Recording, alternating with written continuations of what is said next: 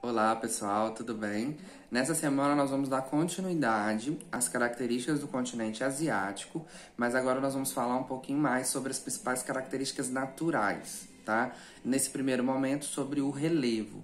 Mas antes da gente falar do relevo, a gente precisa entender quais que são os limites do continente asiático, né? Eu falei que ele é um continente muito grande, então ele tem várias fronteiras, vários limites, né? A gente precisa entender essa localização, né? E aí lá no bloco, o primeiro parágrafo é justamente isso, né? Falando o que tem ao redor do continente asiático. Então eu tô olhando aqui para poder falar isso para vocês. O continente asiático, ele é banhado pelo Oceano Pacífico a leste. Então, ali na costa do Japão, da China, nós temos o Oceano Pacífico.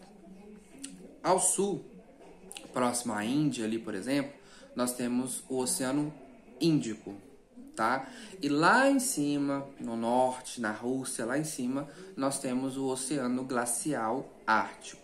Então, mostrando aí que o continente é banhado por 3 oceanos diferentes. Isso é importante. A oeste, que é a esquerda, o continente asiático, ele tem uma divisa com a Europa, uma divisa terrestre.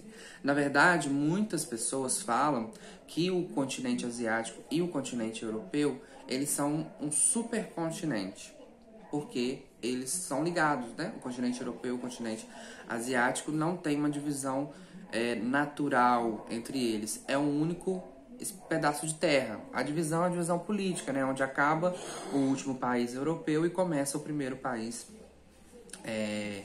asiático. Tanto que nós temos alguns países que são transfronteiriços, né? Nós temos, por exemplo, a Turquia. A Turquia, um pedaço dela fica na Europa e um outro pedaço fica na Ásia, mostrando essa relação entre esses dois continentes. Mas continuando. Além da divisão terrestre com a Europa, a Ásia também tem uma divisão de mares, né? Tem o Mar Mediterrâneo, o Mar Negro e o Mar Cáspio, que banha tanto a Europa quanto a Ásia.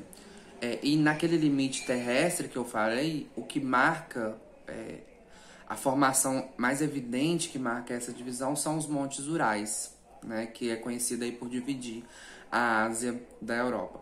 Já com relação à África, o limite é o Mar Vermelho, né? O Mar Vermelho separa a África da Ásia. Tem também um pedaço do Mar Mediterrâneo e o Canal de Suez, né? Que ficou super conhecido aí nos últimos meses, eu acho, quando um navio ficou encalhado, né? No meio do Canal de Suez, que é uma importantíssima ligação entre Europa e Ásia. Ali passam muitas coisas de valores, muitos minerais, muita coisa, e aí um navio ficou encalhado ali e a gente viu que deu muito problema, tá? Só uma curiosidade aí pra vocês. E aí, pessoal, sobre algumas características naturais, nessa semana a gente vai falar um pouco sobre o relevo, né? Com relação ao território da Ásia, a gente viu que é um território muito grande, então ele tem essa variedade aí também de relevos. Na verdade, a gente considera 3 principais relevos e formações, né, de relevo no continente asiático: as ilhas, as planícies, os planaltos e as cordilheiras, que a gente enquadra numa única categoria. As ilhas é importante a gente destacar porque o território da Ásia ele é recortado, né, na região litorânea, em boa parte, por várias ilhas.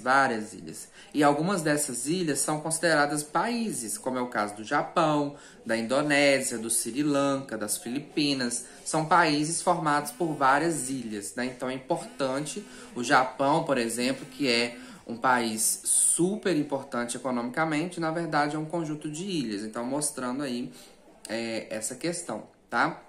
Sobre as planícies, a Ásia, pelo seu tamanho, ela é marcada por extensas planícies e são consideradas as planícies mais férteis e maiores do mundo, né? Algumas delas, né? Não todas, mas algumas delas são consideradas as planícies maiores e mais férteis do mundo. Isso é importante, né? Porque o continente asiático é um continente super populoso. Então, ter um relevo, né? Planícies que são férteis e podem produzir muito alimento é importante para eles, tá? E 4 grandes planícies se destacam. Isso tudo tá no bloco, tá? Eu tô lendo aqui, mas tá no bloco. A planície da Mesopotâmia, né? Mesopotâmica, que está relacionado com com rios Tigre e Eufrates. A bacia Indo-Gangéica, que fica na Índia, que está relacionada ao rio Ganges. Então, as planícies, elas geralmente estão relacionadas a um grande rio, tá? As planícies do norte, do litoral oriental da China. E as planícies da porção ocidental da Sibéria, tá? Claro que na Sibéria a gente não vai ter solos agricultáveis o tempo todo, porque lá boa parte fica congelada. Mas quando não tá, é um solo bom, tá bom? E por último nós vamos falar dos planaltos e das cordilheiras. E aí, quando a gente fala, né, desses relevos mais altos, a primeira coisa que vem na nossa cabeça é o Monte Everest, né? O Monte Everest, ele é o ponto mais alto de uma grande cordilheira, que é a cordilheira do Himalaia, tá? O Monte Everest, ele marca a fronteira entre o Nepal e o Tibete, né? Então, sempre relevo, sempre essas coisas naturais marcam fronteiras também. Então, é importante a gente destacar isso. Só que essa cordilheira, ela é gigante, né? Ela tem vários picos muito altos. O maior deles é o Monte Everest. E essa cordilheira, ela foi formada pelo encontro de placas tectônicas. Então não é um processo rápido, foi um processo lento, há 65 milhões de anos atrás. Só para a gente entender a complexidade disso, né? Existem várias outras cordilheiras, é um relevo muito montanhoso, porém não é a maior parte, né? Essas cordilheiras, elas sempre têm planaltos atrelados a ela. O que são planaltos? São regiões mais elevadas, porém que não tem tantos picos que se destacam, né? Planaltos, se a gente for colocar aí na ponta do lápis, são planos altos, mas claro que não é retinho, né? Existem algumas ondulações, mas essas ondulações, elas são menos perceptíveis, não existe um pico do Everest no Planalto, né? O pico do Everest fica na cordilheira, nas partes mais acidentadas, tá? E esse Planalto gigantesco, que é super importante para eles, é o Planalto do Tibete, que tem cerca aí de 5.000 metros de altitude. O Monte Everest tem mais de 8.000, quase 9.000 metros. O Planalto do Tibete, em média, tem 5.000 metros, então também é muito alto. Só que ele é mais plano, então tem ali uma população, uma comunidade, e ele é importante porque vários rios que banham a Ásia, os países asiáticos, nascem no Planalto do Tibete. Então ele é muito importante ali para a Ásia, tá? Então, pessoal, é isso, um resumo bem bacana.